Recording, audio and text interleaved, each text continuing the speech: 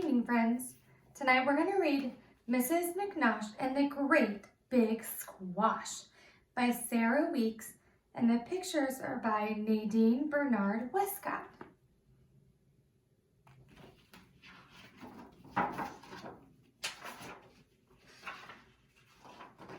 The first day of spring, Mrs. Nellie McNosh went out to her garden and planted a squash.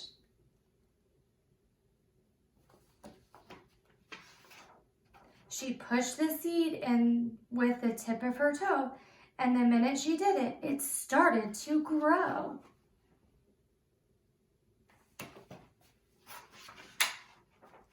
At first, it was round and as big as a head.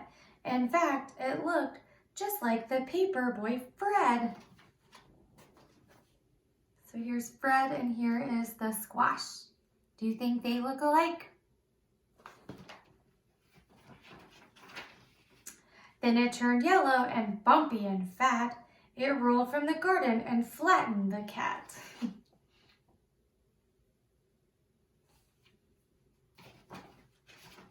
It knocked over trash cans and ran over toes.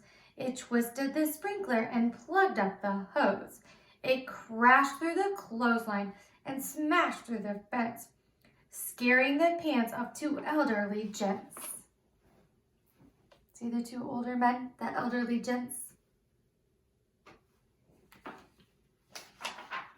Poor Nellie was worried. She said, "Oh my gosh, there's got to be some way to slow down this squash." She slapped it and scolded it, pinched it and kicked it. And then she took hold of its stem and she picked it. I wonder if that's going to stop it. "Now what do I do?" wondered Mrs. McNosh. "I've got to find something to do with this squash. There isn't a place in the world it will fit.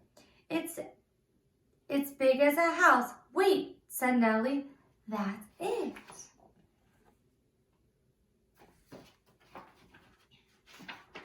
And so, by the light of a big yellow moon, she scooped and she scraped with a long-handled spoon. And when the sun rose, where was Mrs. McNosh? Where is she? Curled up, sound asleep.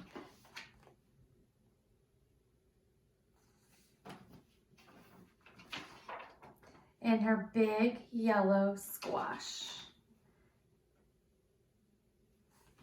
So she made a house of the yellow squash. What else could Mrs. McNosh have done with that squash?